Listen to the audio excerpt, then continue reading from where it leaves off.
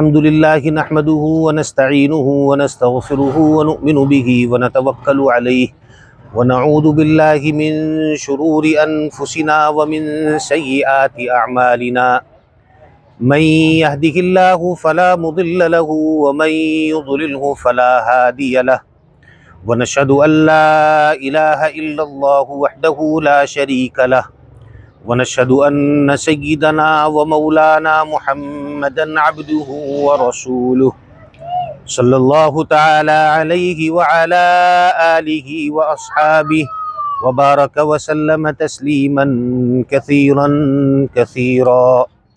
अम्मा बअदु फ़अऊज़ु बिल्लाहि मिनश शैतानिर रजीम बिस्मिल्लाहिर रहमानिर रहीम। इन तजतनिबू कबाइर मा तुनहौना अन्हु नुकफ्फिर अन्कुम सय्यिआतिकुम व नुदखिलकुम मुदखलन करीमा। सदक़ल्लाहु व सदक़ रसूलुहुन नबियुल करीम व नहनु अला ज़ालिका लमिनश शाहिदीन वश्शाकिरीन वल्हम्दुलिल्लाहि रब्बिल आलमीन। मेरे अज़ीज़ भाइयों, मोहतरम दोस्तों और बुज़ुर्गों, जो आयत मुबारक खुतबे के अंदर तिलावत की गई है, इसमें अल्लाह रब्बुल इज़्ज़त की इरशाद फरमाते हैं कि इन तजतनिबू कबाइर मा तुनहौना अन्हु, कि अगर तुम बचोगे, इज्तिनाब करोगे उन गुनाहों से कि जिनसे तुम्हें मना किया गया है, नुकफ्फिर अन्कुम सय्यिआतिकुम, तो अल्लाह ताला तुम्हारे गुनाहों को माफ़ फरमा देंगे। यानी बड़े गुनाहों से बचोगे, छोटे गुनाह अल्लाह ताला खुद माफ़ फरमा देंगे। व नुदखिलकुम मुदखलन करीमा, और अल्लाह ताला तुम्हें इज़्ज़त वाले मकाम में दाखिल कर देंगे, और इज़्ज़त वाला मकाम जन्नत है। इस आयत मुबारक में अल्लाह रब्बुल इज़्ज़त ने हमें गुनाहों से बचने की तलक़ीन फरमाई है, और ये उसूल बयान फरमाया कि अगर तुम बड़े गुनाहों से बचने की कोशिश करोगे तो छोटे गुनाहों से खुद ब खुद बच जाओगे। बहुत से बड़े बड़े गुनाह हैं, लेकिन कुछ गुनाह ऐसे हैं हमारी ज़िंदगी में कि जिन्हें हम गुनाह नहीं समझते, और इसके बावजूद हम उसको करते रहते हैं। या हमारे जहन में बाज़ औक़ात होता है कि ये गुनाह है, लेकिन उसके बावजूद हम उस गुनाह को कर लेते हैं। लेकिन अमूमन हमारे जहनों में नहीं होता कि ये जो काम हम कर रहे हैं ये गुनाह का काम है। इन्हीं गुनाहों में से एक गुनाह ऐसा है कि जिसमें बहैसियत कौम हम सब मुब्तला हैं। हमें चाहिए कि उस गुनाह को छोड़ दें, और वो गुनाह है पानी को ज़ाया करना। पानी अल्लाह रब्बुल इज़्ज़त की बहुत बड़ी नेमत है, और जहां भी जिस नेमत की नाकदरी की जाएगी अल्लाह ताला उस नेमत को हमसे छीन लेंगे। व इन तउद्दू निअमतल्लाहि ला तुहसूहा, इतनी नेमतें अल्लाह ताला की कि उन्हें गुन और शुमार नहीं कर सकते। और इसी के बारे में ये ज़ाब्ता भी बयान फरमाया कि लइन शकरतुम लअज़ीदन्नकुम व लइन कफरतुम इन अज़ाबी लशदीद, कि अगर तुम शुक्र करोगे अपनी नेमतों को बढ़ा दूंगा। ये हो नहीं सकता कि हम नेमत का शुक्र अदा करें और वो नेमत बढ़े ना। ये अल्लाह ताला ने ज़ाब्ता खुद बयान फरमाया। अगर कोई नेमत हमसे छिन रही है तो इसका मतलब ये है कि हम उस नेमत की नाकदरी कर रहे हैं। इसको हम बहुत कह देते हैं, तो कहते हैं जी ये तो हुक्मरानों की नाअहली है, उनका काम है हमें पानी देना, वो हमें नहीं दे रहे। भाई अगर हम उस नेमत की कदर करेंगे, उस पर अल्लाह का शुक्र अदा करेंगे, तो इन हुक्मरानों की मजाल नहीं है कि ये पानी को हमसे रोक सकें। इनके अंदर इतनी मजाल नहीं है। हम ये समझें कि इसकी हमने नाकदरी की है, अल्लाह ताला ने इस पानी को हमसे रोका हुआ है। इसको देखें कि हमारे यहाँ अव्वल तो पानी बड़ी मुशक्कत के बाद हमें हासिल होता है, और अगर गलती से कहीं लाइन में पानी आ जाए तो उस लाइन में जब पानी आ रहा होता है उस वक्त हमारी कैफियत क्या होती है गली मोहल्लों के अंदर, इसको नोट करना है। हमारे घरों से पानी बहता है, लाइनों से पानी बहता है, इतना पानी हमारे इस्तेमाल में नहीं आ रहा होता जितना जाया हो जाता है। तो ये हम अपने हाथों से उस नेमत को जाया कर रहे हैं। इसको हमें अपने आप को जाया करने से बचाना है। इससे आगे बढ़कर एक और गुनाह है कि जिसको हम इबादत सरंजाम देते हुए भी करते हैं। हालांकि इबादत सरंजाम देते वक्त हमें गुनाहों से अपने आप को बचाना चाहिए। वो ये है कि जिस वक्त हम नमाज अदा करने के लिए वुजू करते हैं, वुजू करना ये एक इबादत है। इस वुजू करने के दौरान भी हम पानी को ज़ाया करते हैं। हालांकि वुजू करते वक्त पानी को ज़ाया करने से अपने आप को बचाना चाहिए। वुजू भी कर रहे हैं, पानी को ज़ाया भी कर रहे हैं, तो ये पानी का इसराफ कहलाएगा। हुजूर नबी करीम सल्लल्लाहु अलैहि वसल्लम ने फरमाया कि पानी को ज़ाया करने से बचो, वलौ कुन्त अला नहरिन जारिन, अगरचे तू नहर के किनारे पर बैठ करके वुजू क्यों ना कर रहा हो, उसके बावजूद पानी को ज़ाया करने से बचो। अब आदमी सोचे कि जारी नहर के किनारे पर कैसे पानी ज़ाया होगा, लेकिन वहां भी पाबंद किया गया है। तो हमें अपने घरों के अंदर, अपनी मस्जिदों के अंदर इस बात का कितना पाबंद होना चाहिए। लेकिन हमारे यहाँ सूरत हाल ये है कि हम वुजू, जो कि एक इबादत है और इबादत को अदा करने का जरिया है, हम उस वुजू करने के दौरान पानी के इसराफ का गुनाह कर रहे होते हैं। किसी भी चीज का इसराफ हो गुनाह है, पानी का इसराफ हो यह भी गुनाह है। और इसराफ करने वाले कौन है कि इन्नल मुबज्जिरीना कानू इख्वान शयातीन। अल्लाह ताला ने ज़ाब्ता बयान फरमाया कुरान करीम के अंदर कि जो इसराफ करने वाले वो शैतान के भाई है। तो हम पानी ज़ाया करके क्या बनते हैं? शैतान के भाई बन जाते हैं। इधर हम इबादत कर रहे हैं वुजू, और उस दूसरी तरफ हम उस वुजू के दौरान पानी को ज़ाया कर रहे हैं, तो ये पानी का इसराफ है। और मुबज्जिरीन कानू इख्वान शयातीन, के इसराफ करने वाले ये शैतान के भाई हैं। हम वुजू भी कर रहे हैं और शैतान के भाई भी बन रहे हैं। हमारे यहाँ आप नोट कर लें इस बात को, हम जिस वक्त वुजू करते हैं, जितना पानी हम वुजू करने में इस्तेमाल कर रहे हैं, उससे ज्यादा पानी हम ज़ाया कर देते हैं। किस अंदाज पर ज़ाया करते हैं कि हमने नल लगा हुआ है, सिंक है या बेसन है या टूंटी है, उस नल को हमने खोला, अब ये मुसलसल खुला हुआ है और हम वुजू करते जा रहे हैं। जो पानी हमने लेना है वो हमने लिया, उससे वुजू कर लिया, और बाकी पानी ऐसे ही नल से ज़ाया हो रहा है। और हमारी आदतें इतनी खराब हो चुकी हैं कि हम वो जब नल खोलते हैं तो उसको आखिरी हद तक खोलते हैं कि जितना प्रेशर बन सकता हो उसको बना लें, जितने ज्यादा प्रेशर से पानी निकल सकता हो उसको खोल लें। लोग तंग आ गए तो मस्जिदों के अंदर उन्होंने वो लॉक वाली टूटियां लगाना शुरू कर दी कि बस जैसे ही हाथ लगाओगे वो टूटी चलेगी वरना बंद हो जाएगी। और हमारे यहाँ जुगाड़ी पाकिस्तान में वैसे भी बहुत होते हैं। जेब से नस्वार की पुड़िया निकाली, उसकी रबड़ निकाली और उस लॉक के ऊपर लगा दी कि मुसलसल पानी बहता रहे। हमारे ये हालात हैं, हम कैसे सुधरेंगे? इतने खराब हालात हैं हमारे। तो ये जो नल से पानी जाया हो रहा है ये इसराफ है, हमें अपने आप को इस इसराफ से बचाना है। याद रखिए कि वुजू करते वक्त जिन आज़ा को धोना है, धोने की क्या मिकदार होना चाहिए?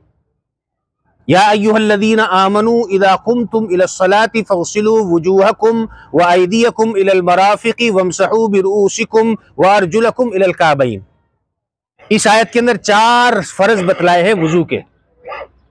सबसे पहला ये कि चेहरे को धोना, दूसरा ये कि अपने हाथों को कोहनियों समेत धोना, तीसरा मसा करना, चौथा अपने पाँव को टखनों समेत धो लेना।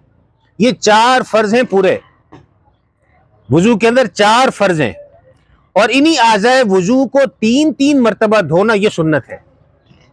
1 मरतबा धोना फर्ज है और 3 मरतबा धोना क्या है? सुन्नत है। अब आपने अपने आज़ाए वुजू को 3 मरतबा धो लिया, आपकी सुन्नत मुकम्मल हो गई। अब बाद लोग वो हैं कि जो 4 दफा 5 दफा, बाद ऐसे भी वहमी हो जाते हैं जो 8-8 10-10 दफा अपने आज़ा को धोते चले जाते हैं। अब ये जो धोने के अंदर पानी जाया हो रहा है ये इसराफ है। इन्नल मुबज्जिरीन कानू इख्वान शयातीन, एक तरफ इबादत कर रहे हैं और दूसरी तरफ अपने आप को गुनाहगार कर रहे हैं। तो इस मौके पर भी हमें इसराफ से अपने आप को बचाना है। अब यहाँ पर ये बात भी याद रखिए कि वुजू के अंदर 2 चीजें आती हैं, एक मसा करना, दूसरा धोना। मसा करना तो ये है कि अपने हाथ को गीला किया, उसको फेर लिया, इसमें पानी न टपके, बस गीला हाथ फेर लिया, मसा हो गया। दूसरी चीज है आज़ा को धोना। अब धोने के अंदर क्या मिकदार होना चाहिए? धोने के अंदर मिकदार ये होनी चाहिए पानी की कि आपने मसलन पानी लिया मुंह धोने के लिए, इतना पानी लिया कि आपने मुंह के ऊपर फेरा तो 4 से 5 कतरे नीचे टपक गए, बस आपका वुजू मुकम्मल हो गया। इससे ज्यादा टपकेगा तो वो इसराफ है। हमें बस इतनी मिकदार के अंदर पानी चाहिए कि बस 4 से 5 कतरे वजू से नीचे टपक गए, हमारा वो वजू धुल गया है।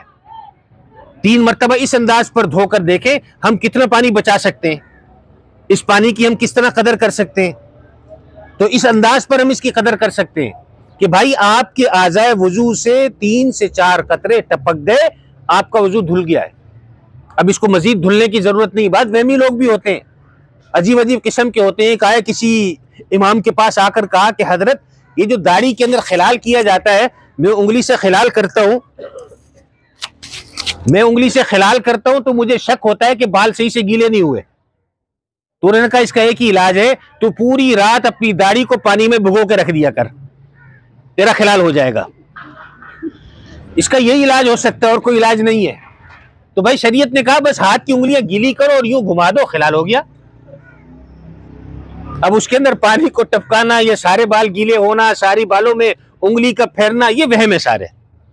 यही आज़ाए वुजू को धोते वक्त हमारे बात साथी कर लेते हैं।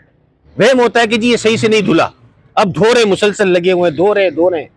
अब जब हमने वुजू करने के लिए पानी लेना है तो हमने इन 2 हाथों का इस्तेमाल करना होता है।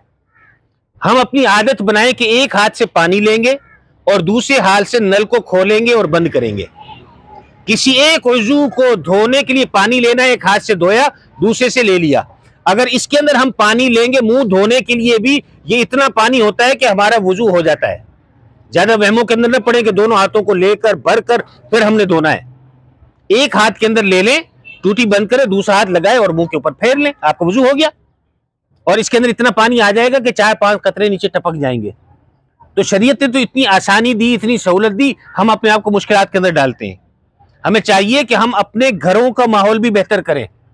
अपने घरों के अंदर हम अपने खवातीन को, अपने बच्चों को इस बात का पाबंद करें कि अगर आप पानी का नल खोलते हैं तो उस नल खोलने के साथ पानी को के जमीन पर गिरने की आवाज नहीं आनी चाहिए। बाद औक़ात हम मस्जिदों के अंदर बैठे होते, इतनी कोफ्त होती है कि आप मस्जिद के अंदर पहली सफ के अंदर बैठे हुए और वह वजू खाने में कोई वजू कर रहा है, उसके पानी के गिरने की आवाज पहली सफ तक आ रही होती है, इतनी प्रेशर से टूटी खोली हुई है। तो ये चीजें नहीं होनी चाहिए। हम इस्लाम को पसंद करने वाले, इस्लाम की तालीमात पर अमल करने वाले होना चाहिए हमें। हम अपने हाथों से अपनी चीजों का नुकसान करते हैं। एक चीज का इसराफ करें और सोचें कि हमें ये चीज वाफर मिल जाएगी, नहीं हो सकता। अल्लाह ताला का ज़ाब्ता कानून नहीं है। अल्लाह ताला का ज़ाब्ता और कानून यह है कि किसी भी नेमत की नाशुक्री करोगे अल्लाह ताला उसको छीन लेंगे। अब वो चाहे खाने की चीज हो या पीने की चीज हो, उसके अंदर इसराफ करेंगे अल्लाह ताला उसको छीन लेंगे। अब ये हमें अगर तंगी का सामना है तो हमें सोचना चाहिए कि कहीं ना कहीं हमसे गलती जरूर हो रही है। एक, पानी को जाया करने से अपने आप को बचाएं, दूसरा खाने पीने की चीजों को जाया होने से बचाएं। उमूमन हमारे यहाँ एक तो शादी ब्याह का माहौल होता है, वहां हम इतना खाते नहीं है जितना प्लेटों में रखकर जाया कर देते हैं। जब हम खाना लेने लगते हैं तो हमें लगता है कि हम बहुत सारा खा लेंगे, प्लेटें भर ली, अब हम वो खा नहीं पाते, वो खाना जाहिर सी बात है जाया होता है, उस खाने को उठाकर फेंक दिया जाता है। हमारे घरों के अंदर भी इस तरह का माहौल हो जाता है।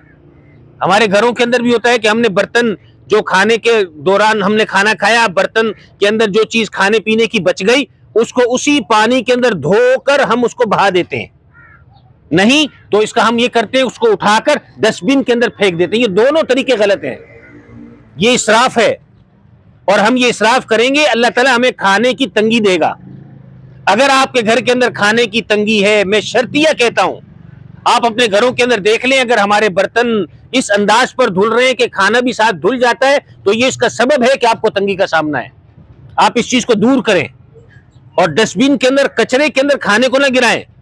बाद औक़ात हम जब दस्तरखान साफ करते हैं तो दस्तरखान साफ करते वक्त हमें इस बात का ख्याल होना चाहिए कि अगर वो खाना इस अंदाज का बचा है कि कोई इंसान खा सकता है तो इंसान उसको खा ले। अगर इंसान नहीं खा सकता तो उस खाने को महफूज करके जानवरों को या परिंदों को खिला देना चाहिए। हड्डियां हैं, उनके ऊपर कोई छीछड़े या गोश्त लगा हुआ है, अब ये बिल्लियां या कुत्ते हमारे गली मोहल्लों के अंदर होते हैं, उनको डाल दे, वो आके खा लेंगे और उनको भी रिज़िक मिलेगा, उनकी बरकत से अल्लाह ताला आपको भी रिज़िक देंगे। लेकिन ये जो डस्टबिन के अंदर और नालियों के अंदर हम बहाते हैं और खराब कर देते हैं, तो ये हमारे लिए पकड़ का बायस होगा, खाने की तंगी आएगी इससे।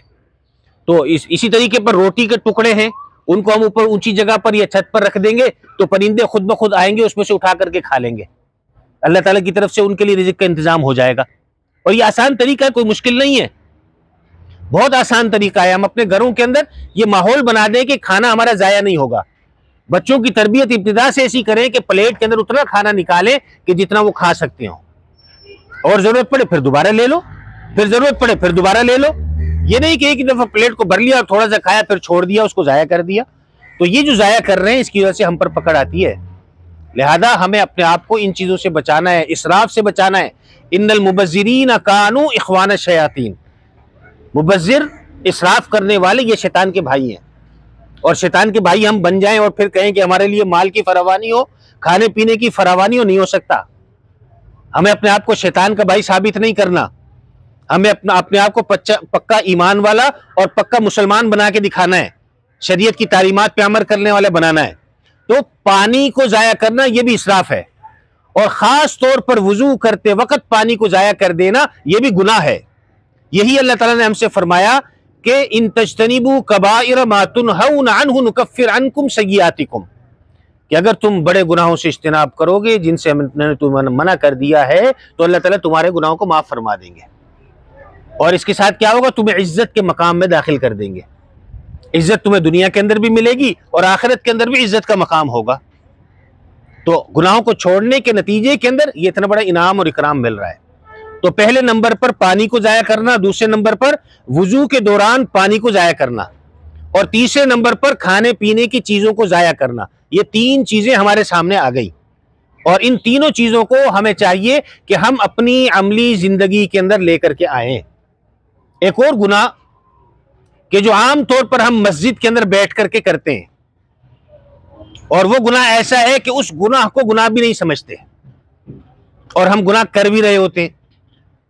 मस्जिद ये इबादत के लिए है, अल्लाह का घर है, इसीलिए हदीस शरीफ के अंदर मस्जिद के अंदर बैठकर दुनियावी बातें करने से मना किया गया है।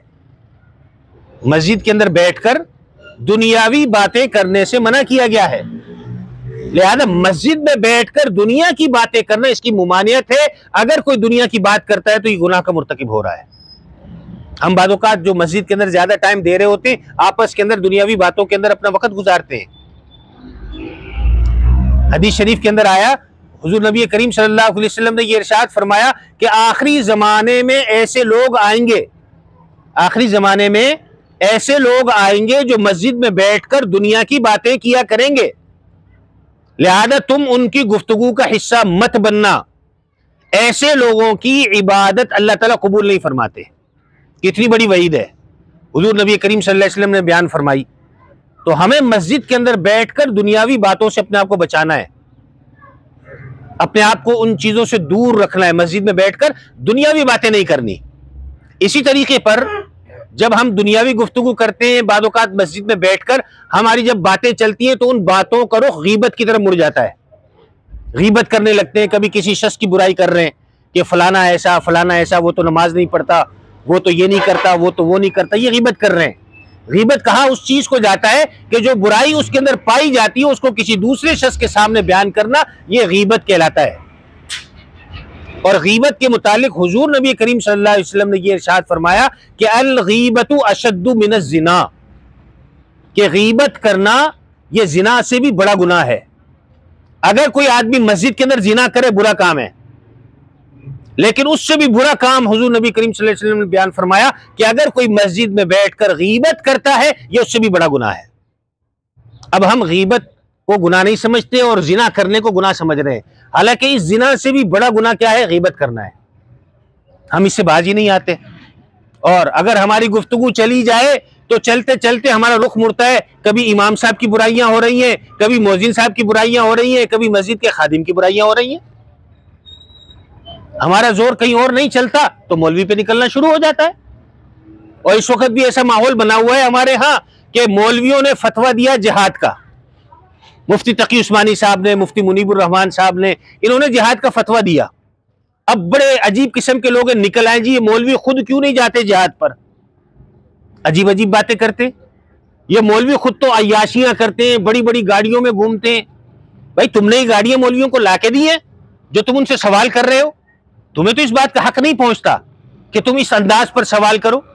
जिसने उनको लाकर दी है, जिसने लाकर दिया है, माल उनको दिया है, उसका हक बनता है कि वो दुनिया में भी उनसे सवाल करे और आखिरत में भी सवाल करे। जिसने उनको कुछ लाकर नहीं दिया, उनको कोई इख्तियार नहीं है कि वो जाकर उस पर सवाल करें या उससे पूछें। बिलफर्ज अगर किसी मौलवी ने गबन किया है, गलत अंदाज पर पैसा लाया, तो इसका जवाब अल्लाह को देना है, अवाम उन्नास को नहीं देना। तो अल्लाह ताला इसका जवाब ले लेंगे, तुम कौन होते हो? तो अजीब अजीब किस्म की बातें करेंगे जी, मौलवी जिहाद पर खुद नहीं जाते, फतवा दे देते हैं। तो भाई मौलवी का जो काम है वो कर रहा है। मौलवी का काम है फतवा देना। मौलवी का काम क्या है? और जिहाद करना किसका काम है? जिससे भी आगे चले, अवाम का काम नहीं है, हुकूमत वक्त का काम है और अफवाज का काम है। टेक्नोलॉजी की जंग है, जिद्दत वाली असलहे की जंग है। असला चलाना मैं और आप तो नहीं जानते। क्या ख्याल है अगर मुफ्ती तकी उस्मानी साहब उठे और F-16 तैयारी के अंदर घूमे, चला लेंगे उसको? हाँ, या कैसे लगेंगे? उन्होंने अपने यहाँ पे कंधे पर रॉकेट लॉन्चर रखा हुआ है, मुफ्ती तकी उस्मानी साहब चला लेंगे उसको? नहीं चला सकते। जाहिर बात है उनका ये काम नहीं है। इसके लिए हमने बाकायदा एक फौज तैयार की है, बहुत बड़ी फौज है। अगर इस्लामी मुमालिक की फौज हम मिलाएं तो उनकी तादाद 60 लाख बनती है। 60 लाख की तादाद की अफवाज हमारे पास मौजूद हैं, जिनमें से सिर्फ 9 लाख वो है कि जो हमारे पाकिस्तान के अंदर मौजूद है। हमारी पाकिस्तान की फौज की तादाद 9 लाख है। अब ये 9 लाख की तादाद को हमने किस लिए पाला है? क्या ख्याल है आपका? हमने किस लिए पाला है? कि वो कारोबार करेंगे? किस लिए पाला है? कि वो कई सोसाइटियां बना के आबादी करेंगे या जजीरे खरीद कर उनको आबाद करेंगे? जाहिर सी बात है कि हमने उनको लड़ने के लिए पाला है। और ऐसे मौके पर जहां जिहाद फर्ज हो जाए, हमारी अफवाज को निकलना है। हमारा काम यह है कि हम उन अफवाज के शाना बशाना खड़े होंगे और उससे पीछे नहीं हटेंगे। हमारा काम क्या बनता है? उनके शाना बशाना खड़े होना है, उनको कुव्वत फराम करनी है। अगर उनको माल चाहिए होगा, हम अपना माल देंगे, और अगर हमारी उनको जान की जरूरत पड़ जाएगी, हम जान भी दे देंगे। और ये तारीख है उलमाए कराम की कि इस मुल्क पाकिस्तान में जितनी कुर्बानियां उलमाए कराम ने दी हैं, किसी ने भी नहीं दी है। आज मुझे दिखाएं, आज कोई चीफ ऑफ आर्मी स्टाफ और शहीद हो गया हो, मिसाल ला के दो। कोई जनरल कर्नल हो शहीद हो गया हो, मुझे मिसाल ला के दो। मैं अपने उलमाए कराम की लंबी एक दास्तान है जो आपके सामने पेश कर सकता हूं कि फला फला आलिम दीन हमारे शहीद हो गए। कितने उलमाए कराम है कि अगर आप गिनती करने लगे आप गिन नहीं सकेंगे। इसी दीन की खातिर, इसी कुरान करीम की खातिर, इसी पाकिस्तान की खातिर उन्होंने कुर्बानियां दी हैं। कितने बड़े बड़े नाम है। हमारे वालिद साहब हैं, ये आप नाम देखते हैं यहाँ पे, मुफ्ती अतीकुर रहमान शहीद, मुफ्ती निजामुद्दीन शाह मजई, मुफ्ती हबीबुल्लाह मुख्तार, मौलाना यूसुफ उद्यानवी, मौलाना अब्दुल्ला इस्लामाबाद वाले। आप गिनते चले जाएं। बड़े से बड़े पैमाने पर भी शहादतें और छोटे से छोटे पैमाने पर भी आपको शहादतें नजर आएंगी। आपको ये चीजें नजर नहीं आ रही? आपको ये नजर आ रहा है कि जी मौलवी ये तो बड़ी अय्याशी की जिंदगी गुजार रहे हैं। बड़े अजीब किस्म के लोग हो भाई तुम। जो चीज तुमने दी नहीं, तुम्हारा उससे सवाल भी नहीं बनता। जिसने दी है वो आकर के सवाल कर सकता है कि भाई ये पैसे मैंने तुझे दिए थे मदरसा चलाने के लिए, तू गाड़ी में क्यों घूम रहा है? ये गाड़ी तेरे पास कहां से आई है? ये अच्छे कपड़े तेरे पास कहां से आई है? सवाल करने का हक उसको बनता है कि जिसने उसको फल ला के दिया है। ये सवाल करना उसका हक है कि यहां भी सवाल करे और आखिरत में भी वो सवाल कर सकता है। तो भाई ऐसे मौके के ऊपर ये जो गीबतें हम कर रहे होते हैं, ये गीबत करना, अगर तो वो बुराई उसमें पाई जा रही तो गीबत है, और अगर उसके अंदर वो बुराई नहीं पाई जा रही तो ये बहतान है। और ये बहतान लगाना गीबत से भी बड़ा गुनाह है। तो हम अगर मस्जिद के अंदर बैठे हुए हैं और हमारी गुफ्तगू हो रही है और उसके अंदर गीबत हो रही है, तो ये बात याद रखें कि नबी करीम सल्लल्लाहु अलैहि वसल्लम ने फरमाया कि अल गीबतु अशद्दु मिनज़ ज़िना, कि गीबत करना ये जिना से भी बड़ा गुनाह है। तो सोच लें, अगर हम मस्जिद में बैठकर चाहे अच्छी नीयत से हम गीबत कर रहे हैं कि उसकी बुराई दूसरे के सामने बयान करें, हमारी नीयत होती है बड़ी बड़ी नेक है, हम तो बड़ी नेक नीयत वाले हैं। भाई इतनी नेक नीयत वाले हो, जिसके अंदर बुराई पाई जा रही है डायरेक्ट उसको जाके बोल दो कि भाई तुझ में ये बुराई पाई जाती है, इसको छोड़ दे। तू नमाज नहीं पढ़ता, लिहाजा नमाज पढ़ा कर।